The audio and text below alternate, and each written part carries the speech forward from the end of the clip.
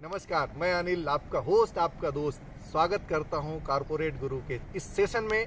आज एक मुद्दे के साथ हमारी है बात। वो मुद्दा है अनएम्प्लॉयमेंट और आज के नवयुवकों को रोजगार की समस्या।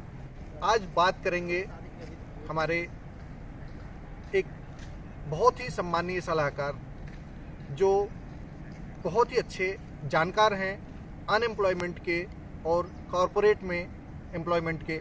का नाम है ओमकार जी, जिन्होंने एमबीए की डिग्री हासिल की हुई है और करीब 10 साल से कॉरपोरेट सेक्टर में हैं। तो आइए मिलते हैं हम हमारे ओमकार जी से। स्वागत है आपका हमारे कॉरपोरेट गुरु चैनल पर। Thank you. और आज हमारा जो एक नवयुवकों के लिए मुद्दा है, बहुत ही खास मुद्दा है। वो सबसे बड़ी समस्या आज के हमारे नवयुवकों के सामने है, वो है बेरोजगारी।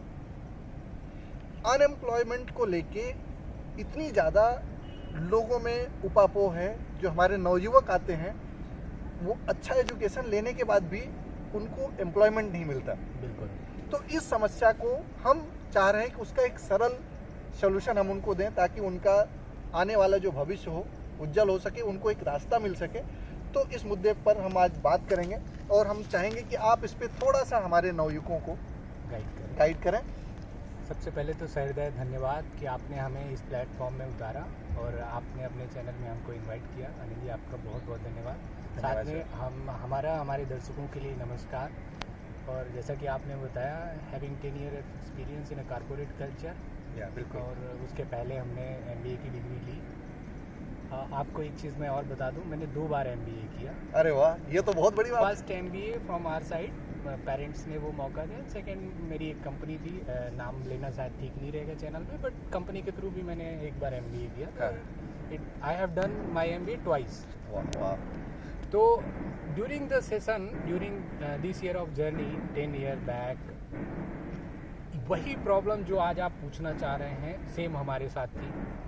हमने कभी भी अनएम्प्लॉयमेंट जो वर्ड है ना, वो काफ़ी बड़ा वर्ड है और लोग इससे बहुत ज़्यादा स्ट्रगल कर रहे हैं आज के डेट में, अगर देखा जाए। सही बात है, बिल्कुल सही बात है। दूसरी चीज़, इससे कैसे ओवरकम हो। अनएम्प्लॉयमेंट ठीक है, बेरोजगारी हर कोई बात करता है। एक मतलब जो बंदा उससे जूझ रहा है वो भी बात करता है, जो नहीं जूझ रहा वो भी बात करता है। क्योंकि देखिए, रोजगार होना मतलब, आप अगर रोजगार हैं तो आपके पीछे 4-5 लोग, मिनिमम 5 लोग हम पकड़ें। अगर न्यूक्लियर फैमिली की बात करें तो, अगर जॉइंट फैमिली की बात करेंगे तो 10 से 15 लोग हो जाते हैं। बिल्कुल बिल्कुल सर। तो उनकी जो लाइफ स्टाइल है, उनकी जो दिनचर्या है, वो आपके रोजगार पे टिकी हुई है कि आप क्या काम करते हैं। ये पॉसिबल नहीं है इंडिया में या किसी भी कंट्री में कि हर कोई बिजनेसमैन हो जाए। हर कोई बिजनेसमैन नहीं हो सकता किसी भी प्रोफाइल में। हर कोई गवर्नमेंट एम्प्लॉय भी नहीं हो सकता, ये भी एक कठोर सत्य है। तो कहीं ना कहीं ऑप्शन क्या बचता है कि हमको नौकरी तो करनी है। अब नौकरी सिर्फ ए ग्रेड क्लास की ही नौकरी हम क्यों ढूंढते हैं? आपके पास स्किल है, आप किसी भी सेक्टर में तरक्की कर सकते हैं। So we have different platform in a private sector also. हम पता नहीं क्यों, अगर हमारे अंदर टैलेंट है, हमको पैसा, नौकरी क्यों करते हैं लोग? एक अच्छा ओहदा हो, एक अच्छा डेजिग्नेशन हो, बिल्कुल, और एक अच्छी सैलरी आए, सो दैट कि हम अपने परिवार का वहन कर सके बहुत अच्छे से। बिल्कुल, वो हम प्राइवेट सेक्टर में भी कर सकते हैं। जो लोग ये मानते हैं, जो लोग मेहनती हैं, जो लोग वास्तव में स्किल्ड है, वो प्राइवेट सेक्टर में भी अपना करियर बिल्डअप कर सकते हैं, एंड लोग कर रहे हैं। बहुत सारी मल्टीनेशनल, नवरत्न, मिनी रत्न कंपनीज हैं जहाँ पे प्राइवेट सेक्टर्स में भी बहुत अच्छे जॉब्स हैं, और उनकी सैलरी, यू कांट बिलीव कि गवर्नमेंट सेक्टर की सैलरी से 2 गुना, 3 गुना, 5 गुना नहीं, बल्कि 10-10 गुना ज़्यादा है। बिल्कुल, हाइक्स वगैरह के लेके तो बहुत अच्छी है, उतना हाइक्स गवर्नमेंट जॉब में नहीं। तो आप अपने करियर को लेके कभी भी भ्रमित मत हो कि अगर गवर्नमेंट जॉब नहीं लग रही है तो मतलब हमने तो कुछ किया नहीं, हमारी पढ़ाई तो बेकार होगी। पहली बात तो ये कि आप पढ़ाई जॉब के लिए नहीं, अपनी स्किल को संवारने के लिए करते हैं, स्किल को निखारने के लिए करते हैं। So you have to be focused on your study only to improve your skill. अच्छा सर, एक और चीज़ मैं जानना चाहूँगा, जैसे हमारे यहाँ पे जो एजुकेशन पैटर्न है, बिल्कुल, वो एजुकेशन पैटर्न हमें एक थ्योरिकल नॉलेज तो देता है, बिल्कुल, बट अगर आप डीप में जाओ, जैसा कि मैं अभी कुछ दिन पहले ही एक हमारा जो कलीग है उसके साथ इस बात को लेके 1-to-1 हुआ। वो इंग्लिश सब्जेक्ट में 80% मार्क्स के साथ जो है पास आउट है। ओके। इट मीन्स कि वो इंग्लिश का 80% नॉलेजेबल है। आप 80% मार्क्स ला रहे हैं, इट डजंट मीन्स कि आप 80% इंग्लिश जानते हैं या हाँ, किसी भी सब्जेक्ट को बिल्कुल जानते हैं। बिल्कुल। मार्क्स लाना is a different thing and knowledge होना इज डिफरेंट थिंग।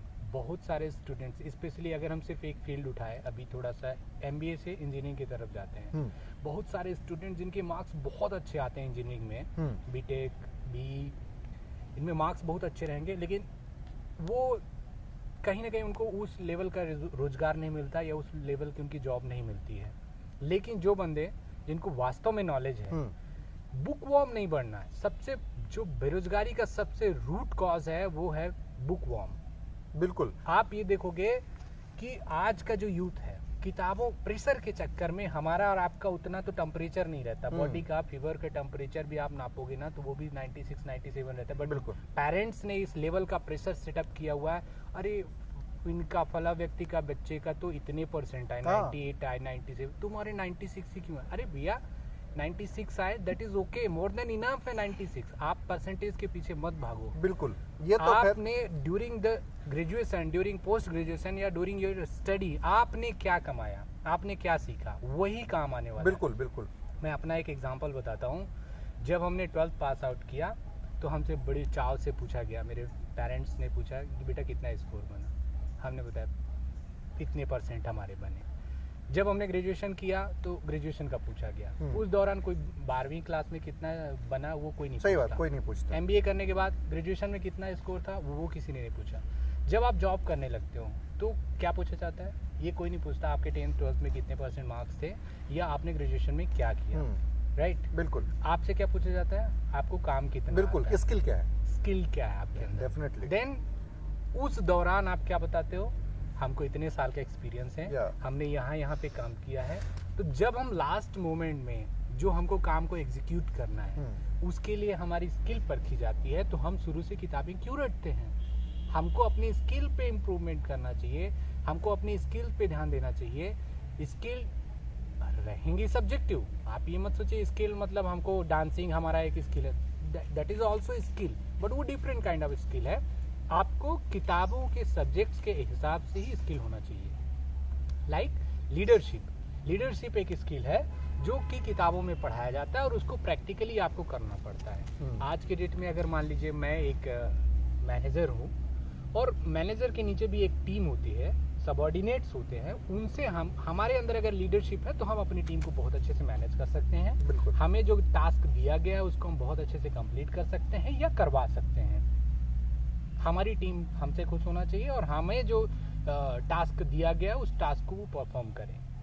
तो ये स्किल पे वर्क करेंगे तो मुझे ये 100% बिलीव है कि हमारा इंडिया ग्रो करेगा, हमारे टैलेंट कभी भी बेकार नहीं जाएगा और हमारे पास भी बहुत सारे अलग अलग डिफरेंट फील्ड में वैज्ञानिक, मैनेजर, इंजीनियर्स तैयार होंगे जिनके पास बहुत सारा स्किल होगा। अच्छा सर, एक और चीज़ मैं जैसा कि मैं पूछना चाहूँगा, अभी का जो सिनेरियो है मैं देख रहा हूँ, जो अभी लोगों की सोशल लाइफ है या हमारे जो नवयुवक आगे बढ़ रहे हैं, बिल्कुल, तो एक तो सबसे बड़ी चीज़ जो है उनका जो फोकस है, मतलब वो चाहे वो कैरियर को लेके हो या किसी चीज़ की प्लानिंग का, मतलब अभी लोग ग्रेजुएशन कर लेते हैं, पोस्ट ग्रेजुएशन कर लेते हैं, बट कोई भी प्लानिंग पहले से नहीं रहती। ओके, मतलब वो किस डायरेक्शन में जाएंगे उनको भी पता नहीं रहता, तो उनको क्या करना चाहिए ऐसे में? पहले तो मैं प्लानिंग नहीं रहती इस सवाल पे जाना चाहूँगा। प्लानिंग ना रहने का रीज़न क्या है कि आज जो कोर्सेज आए हैं, बहुत सारे कोर्सेज हैं। मैं अपना एक पर्सनल एग्जांपल देता हूँ। मेरे फादर, जब मैंने एमबीए करने के लिए फॉर्चुनेटली मैं भोपाल से एमबीए किया एंड जब मैं भोपाल जाने वाला था तो मैंने फादर से पूछा कि पापा मुझे वहाँ जाना चाहिए या नहीं जाना चाहिए, तो एमबीए का कोर्स है। तो बोले बेटा, पहली बात तो ये मैं आपको बता दूं कि जब मैंने अपना ग्रेजुएशन या पोस्ट ग्रेजुएशन किया तो उस टाइम पे एमबीए कोर्स ही नहीं था, so I don't know anything. But आपको हमने इस लेवल का पढ़ा दिया है कि आप अपना डिसीजन ले सकते हो कि आपको करियर कहाँ बनाना है। तो दैट वाज स्मार्ट आंसर और मैंने डिसीजन लिया कि नहीं, मुझे करना है एंड मैं अपना करियर कारपोरेट कल्चर में ही बिल्डअप करूँगा। बिल्कुल, कारपोरेट में आना है, मतलब हमें एक पहले से ही एक फोकस मतलब बना के रखना पड़ेगा, एक टारगेट अपने को रखना पड़ेगा। जो आपका क्वेश्चन था वो बिल्कुल वही है कि हमारे पेरेंट्स जो हैं उनने जब ग्रेजुएशन किया या पोस्ट ग्रेजुएशन किया तब ये बहुत सारे जो कोर्सेज हैं वो नहीं आए थे। आप बच्चों को कोचिंग भेजते हो बच्चों को, अलग अलग डिफरेंट तरीके के मेंटर्स हैं उनके, कोचिंग आपने भेज दिया, किताबी नॉलेज उन्हें पढ़ा दिया, आप ये कर लो, ये रट लो, ये आएगा एग्जाम में एंड आपका एग्जाम क्वालिफाई हो जाएगा। Still they did not give hint कि आपको एक्चुअली क्या करना है। सचिन तेंदुलकर, बिल्कुल बिल्कुल, सचिन तेंदुलकर के पिताजी या उनके पेरेंट्स या उनके फ्रेंड्स ने अगर ये सजेस्ट किया होता कि आप लता मंगेशकर टाइप संगीतकार बन जाओ, तो क्या वो बन पाते? नहीं बन पाते। उनका टैलेंट क्या था? क्रिकेट खेलना। क्रिकेट का तो उनने अगर उसमें अपना इंथुजियाज्म दिखाया, उनने डिटर्मिनेशन वहाँ पे दिखाया कि नहीं मुझे क्रिकेट ही खेलना है, तो आज इतना बड़ा नाम सामने है। बिल्कुल, क्रिकेट का भगवान लोग उनको बोलते हैं। सेम थिंग अगर लता मंगेशकर को ये बोलते कि आप रूपाली वर्मा की तरह क्रिकेट खेलना शुरू कर दो, तो क्या वो क्रिकेट खेल पाते? नहीं खेल पाते। तो यहाँ आपको अपने टैलेंट को परखना है, जानना है कि हमारा टैलेंट या हमको किस चीज़ में इंटरेस्ट है। बिल्कुल, मतलब सेल्फ एनालिसिस करना है और हमारा जो इंटरेस्टेड फील्ड हो, तो हमें उस फील्ड की तरफ वर्कआउट करना है। आप मार्क्स में मत जाओ, बिल्कुल मार्क्स में मत जाओ, क्योंकि आप मार्क्स देख के आप कभी भी आपका टैलेंट नहीं निकाल सकता। कि चलो फॉर एन एग्जांपल मैं आपको एक एग्जांपल बताता हूँ। 10th में मालूम है कि संस्कृत में बहुत अच्छे मार्क्स आ गए, तो क्या मैं मतलब अब शास्त्री जी बन जाऊंगा? नहीं बन सकता ना, या नहीं बनना चाहिए। सही, अगर इंटरेस्टेड फील्ड नहीं है तो नहीं कर सकते। मार्क्स लाना एक अलग चीज़ है। अब किसी भी बंदे के 100 में से मान लो 99 सारे 6 के 6 सब्जेक्ट में 99 मार्क्स आ गए, तो अब वो क्या करेगा? वो 6 के 6 फील्ड में जाएगा? नहीं पॉसिबल नहीं है, नहीं पॉसिबल। किसी एक को चुनना है, और वो चुनने का क्या तरीका होना चाहिए कि उसका इंटरेस्ट किस में है। अगर उसका इंटरेस्ट है कि उसको डॉक्टर बनना है, तो उसको MBBS का फील्ड चुनना चाहिए, उसकी पढ़ाई करनी चाहिए, उसमें प्रैक्टिकल स्किल को निखारना चाहिए। यही चीज़ें हैं। अच्छा, एक नवयुवक है जिसको ये भी समझ में आ गया, उसने एजुकेशन लिया, उसको ये भी समझ में आ गया कि हमें फला फील्ड की तरफ फोकस करना है और उस फील्ड में आगे बढ़ना है। तो उसकी प्रिपरेशन कैसी होनी चाहिए? प्रिपरेशन कैसी होनी चाहिए? पहली बात तो ये कि उसको शुरू में जब हम स्टूडेंट लाइफ में होते हैं तो हमें प्रैक्टिकली वो चीज़ देखने को नहीं मिलती। थोड़ा सा एक पर्टिकुलर फील्ड को अगर पकड़े, तो चूँकि मैं बैंकिंग एंड फाइनेंस सेक्टर से हूँ, और मेरा ये बिलीव है कि जिस फील्ड से जो बंदा होता है उस फील्ड के बारे में ज़्यादा नॉलेज होता है उसको। बिल्कुल। और वो बहुत अच्छे से उसको बता भी सकता है। तो बैंकिंग और फाइनेंस सेक्टर में जब मैं आया, तो मुझे इस चीज़ का नॉलेज नहीं था कि एक्चुअली में मैनेजर की डेफिनेशन क्या होती है। किताबों में पढ़ी हुई डेफिनेशन इज डिफरेंट। बिल्कुल। बट आपको जो टास्क दिया जाता है और उस टास्क को कंप्लीट करना है, बहुत साल मेहनत करने के बाद आप एक्चुअल मैनेजर की पोस्ट में पहुंचते हो। बिल्कुल। अदरवाइज मैनेजर की जो डेफिनेशन है वो तो managing man tactfully to get the things done. आप चीज़ों को सुनियोजित ढंग से कर रहे हैं, इतना ही काफ़ी आपके मैनेजर होने के लिए। बिल्कुल बिल्कुल, अब वो सही बात। कुछ भी हो सकता है। आप मॉर्निंग में सो के उठते हैं, आप ये भी प्लान करते हो कि हम 6 बजे सो के उठें तो 6:10 में हम फ्रेश हो जाएंगे, 15 मिनट में हमारा ब्रश हो जाएगा, देन हम नहाएंगे इतने मिनट। तो ये सब आपने क्या टाइम मैनेजमेंट कर लिया, ठीक है। उसके बाद आपको इतने बजे ऑफिस जाना है, तो ऑफिस टाइमिंग का आपने एक अलग मैनेजमेंट बना। पूरा, तो आप एक मैनेजर हो। बिल्कुल। अब जो दिया गया टास्क है, जो आपने पढ़ाई करी है और जो आपको एक्चुअली प्रैक्टिकली में करना है, वहाँ पे मैनेजर का स्किल होता है। वहाँ पे एक मैनेजर को परफॉर्म करना होता है। उसमें बहुत सारी चीज़ें होती हैं। आपको खुद भी परफॉर्म करना है, आप लीडरशिप, मोटिवेशनल, बहुत सारी चीज़ें हैं जो during your MBA courses, during your education and study आपको पढ़ाया जाता है, और उसको आपको प्रैक्टिकल वे में करना होता है। अच्छा, दूसरा ये, जैसे कोई नवयुवक है जो एजुकेशन ले लिया, उसका बिल्कुल अपना जो है एम सेट कर लिया, और उसके हिसाब से उसने काम भी किया, ठीक है। अब वापस आती है करियर सिलेक्शन की बात। तो उनका करियर सिलेक्शन किस तरह का होना चाहिए, और करियर के लिए क्या प्रिपरेशन पहले से करनी चाहिए? पहली बात तो ये है कि आप जिस सोसाइटी में रहते हो, फॉर एग्जांपल मैं स्टूडेंट हूँ और मुझे ये लगता है कि मान लो मेरे को बैंकिंग और फाइनेंस सेक्टर में जाना है, तो हो सकता है मेरे फैमिली में या मेरे परिवार में या मेरे रिश्तेदारों में कोई उस फील्ड से ना हो, लेकिन ये कभी नहीं हो सकता कि उस शहर में लोग ना हो, कोई ना हो, या उस सोसाइटी में लोग ना हो। बिल्कुल। तो आप जो लोग ऑलरेडी उस फील्ड में काम कर रहे हैं, उनके साथ आप कैजुअली, अगर डेली पॉसिबल ना हो तो हफ्ते 10 दिन 15 दिन महीने भर में आप एक बार मुलाकात, उनसे मिलो, बैठो, बातें करें, अपने इंटरेस्ट को साझा करें उनके साथ कि उनके क्या विचार है, एक्चुअली क्या हो रहा है। क्योंकि प्रैक्टिकली जब एक्चुअली होता क्या है। सही बात है। तो जब तक कि आप ये जानोगे नहीं, तब तक आपको उस चीज़, एक तो जानने से क्या होगा, आपकी नॉलेज डीप जाएगी। दूसरी चीज़, इंटरेस्ट भी बढ़ेगा। इंटरेस्ट बढ़ेगा इन द सेंस कि कोई चीज़ ऐसा, अरे हाँ ऐसा भी होता है, यस ऐसा होता है, तो वो बंदा आपको डीपली बता पाएगा। हो सकता है शुरू में, स्टार्टिंग में आपका, कई लोग ऐसे भी होते हैं कि वो भ्रमित हो जाते हैं। हाँ। उन्होंने कोई गलत सब्जेक्ट उठा लिया है, बाद में उनको पछतावा होता है। लेकिन ज़िंदगी बार बार पीछे पलट के मौका नहीं देती। बिल्कुल, ये चीज़ तो है। आपको अपने करियर को लेके स्पेसिफिक होना पड़ेगा कि हाँ हम यही कर रहे हैं। और शुरू में ही आप एक्सपीरियंस बंदों को पकड़ो। एक्सपीरियंस बंदे इन द सेंस आपके सीनियर्स हो सकते हैं, आपके फैमिली मेम्बर्स हो सकते हैं, आपके रिलेटिव हो सकते हैं, आपकी सोसाइटी में कोई और बंदा और हो कोई हो सकता है या सकता है। दोस्त हो सकते हैं। तो आप उनके थ्रू गाइडेंस लेके हाँ भी आप बिल्कुल, वो अपने कैरियर career को सिलेक्शन में build up शायद कर गाइड, सकते बेटर हैं। गाइड कर बिल्कुल, सकता है वो। बिल्कुल बिल्कुल। अच्छा, दूसरा क्या होता है, जैसे लोग और क्या होते हैं, वो सारे करियर भी सेलेक्ट कर लेते हैं, फाइनल जब वो इंटरव्यूज़ के लिए जाते हैं या फिर कंपनी को सेलेक्ट करते हैं, हाँ, तो वहाँ पे उनको क्या कुछ ऐसी तैयारियां करके जानी चाहिए ताकि जो वहाँ पे सिलेक्शन के चांसेस वो बढ़े? ये बहुत ही अच्छा क्वेश्चन है और अपने आप में एक बहुत इंपॉर्टेंट क्वेश्चन है किसी भी स्टूडेंट की लाइफ में। क्योंकि आप दोनों सेक्टर में, मैं गवर्नमेंट और प्राइवेट दोनों सेक्टर में बात कर रहा हूँ, बिल्कुल।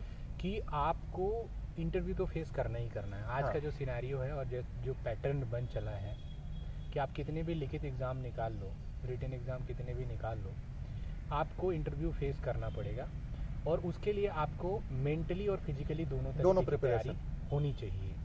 कई बार मॉक टेस्ट भी होते हैं और मॉक इंटरव्यूज़ भी होते हैं। तो आप मॉक इंटरव्यूज़ के थ्रू भी आप तैयारी कर सकते हो, या किसी एक्सपीरियंस बंदे के साथ अपने उनके विचारों को साझा करके भी आप तैयारी कर सकते हो। तो उन्हीं कुछ बिंदुओं को मैं बताना चाहूँगा अपने दर्शकों को भी, जिनमें से सबसे पहले हम बात करते हैं कि अगर कोई बंदा है जिसने रिसेंटली अपना ग्रेजुएशन या पोस्ट ग्रेजुएशन कंप्लीट किया है and he wants to build a career in a particular field, like बार बार फाइनेंस सेक्टर ही आ रहा है, चलो फाइनेंस सेक्टर कोई पकड़ते हैं हाँ, कि ठीक है। फाइनेंस या बैंकिंग सेक्टर में वो अपना करियर बिल्डअप करना चाह रहा है। तो होता यूँ है कि सबसे पहले जो कंपनीज होती हैं, या कोई भी एक कंपनी है, मान लीजिए कि एक्स नाम के बंदे को जॉब की तलाश जरूर। है, और उसने देखा कि आज यहाँ पे कैंपस दो तरीके से जॉब मिल सकते हैं, गवर्नमेंट या प्राइवेट में। तो पहले प्राइवेट सेक्टर को पकड़ते हैं, धीरे से गवर्नमेंट सेक्टर को भी कैप्चर करेंगे। प्राइवेट सेक्टर में दो तरीके का होता है, एक तो कैंपस प्लेसमेंट जिसके लिए हर एक बंदा तैयारी करता है उसके ग्रेजुएशन और पोस्ट ग्रेजुएशन में,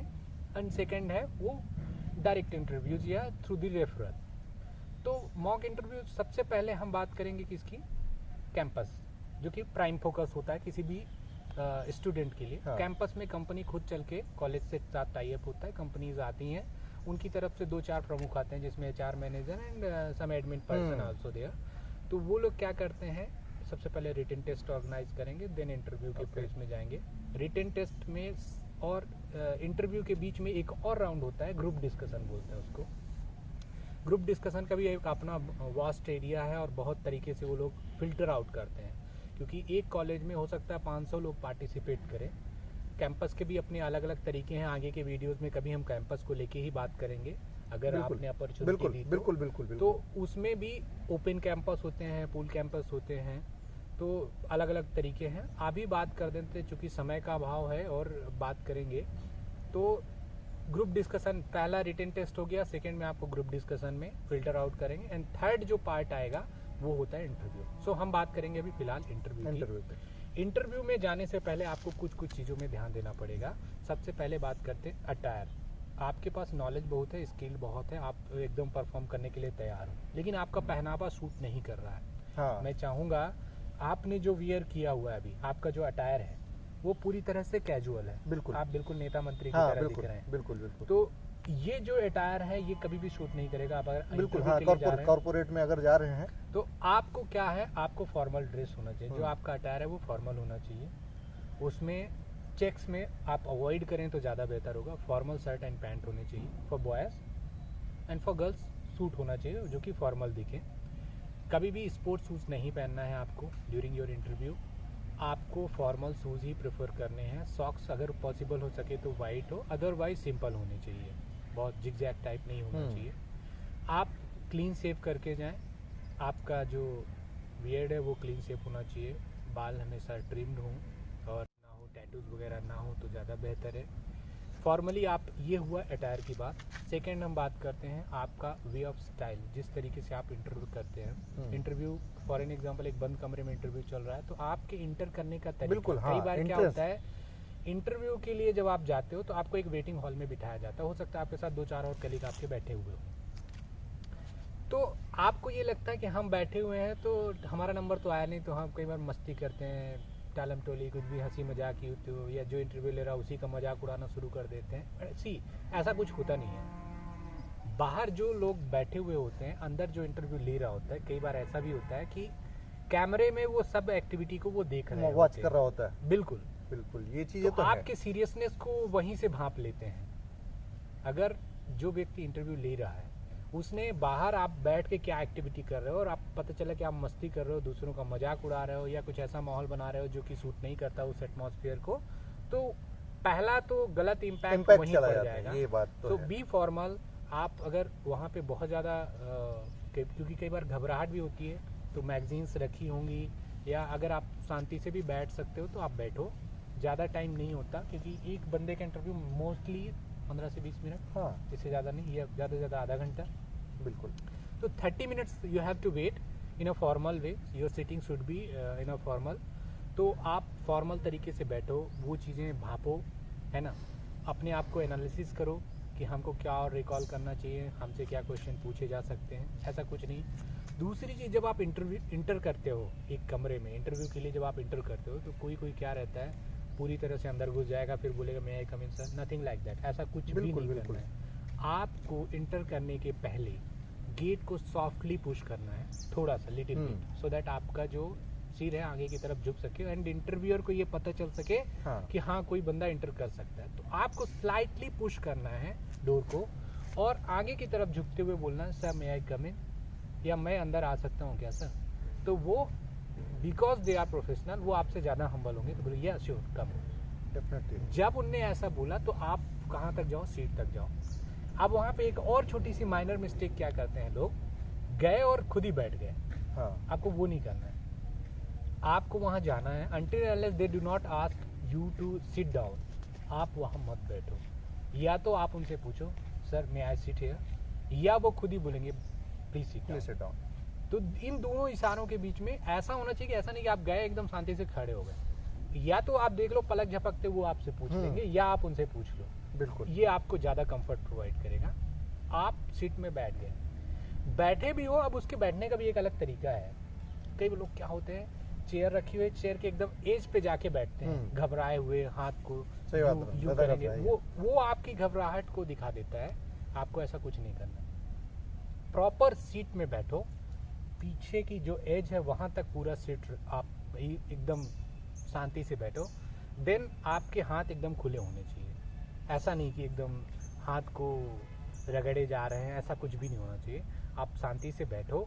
शांति से बैठने के बाद वो आपसे पूछेंगे, अगर आपसे उनने ये पूछा इंट्रोड्यूस योर सेल्फ, आप अपने बारे में बताइए, सो you have a golden opportunity कि आप अपनी हेजिटेशन को दूर कर सकते सही हैं। बात है, क्यों? बिल्कुल। क्योंकि आप अपने बारे में आपसे बेहतर शायद कोई नहीं बता सकता। और उनने ये मौका दे दिया है आपको, तो आप कम से कम 5, 6, 7 लाइन तो बता सकते हो। अगर उनने ये क्वेश्चन पूछा है तो आपको इंटरव्यू के और भी पार्ट्स आएंगे, हम आगे की वीडियोस में भी बात करेंगे, लेकिन यहाँ थोड़ा थोड़ा कवर करते हुए चलते हैं, सो दैट आपके कॉन्सेप्ट्स भी क्लियर होते रहें। आपको अपने बारे में बताना है, तो नॉर्मली लोग बोलते हैं, स्टार्ट करते हैं, कहाँ से स्टार्ट करते हैं, माई सेल्फ। बिल्कुल। ये एक वर्ड है जो इंटरव्यू में सूट ही नहीं करता। माई सेल्फ मतलब मैं खुद। मैं खुद मीन्स व्हाट? आपके ईगोइस्ट को दिखाता है। एक स्टूडेंट को या तो फिर वो रटा वर्ड सा आई लगता एम है। से शुरुआत करना चाहिए। I am Omkar Singh, I am doing this, या आई एम परसुइंग दिस। जो भी कोर्स आप कर रहे हैं या कंप्लीट कर लिया तो आई डिड दिस कोर्स। बाकी आपने जो भी एक्सपीरियंस है वो आप बता सकते हो। धीरे से फैमिली को इंट्रोड्यूस कर सकते हैं। If I talk about my family, I have 2 siblings or 3 siblings, जो भी हो, whatsoever. My father is doing this. पिताजी के प्रोफेशन के बारे में सिर्फ इतना ही बताना है कि वो क्या करते हैं, कितने साल से करते हैं, या एमएलए है, विधायक है, अननेसेसरी इन्फॉर्मेशन उससे कोई लेना देना नहीं उनको। वो आपके नेगेटिव पॉइंट ये आपने बता दिया। आप अपने इंटरेस्ट के बारे में बता दो, हॉबीज जो भी हैं वो बता दो। एक मेजर क्वेश्चन जो इंटरव्यू में और पूछा जाता है, स्ट्रेंथ एंड वीकनेस। इंटरव्यूअर ये क्वेश्चन जरूर पूछते हैं, आप अपने स्ट्रेंथ और वीकनेस के बारे में बताइए।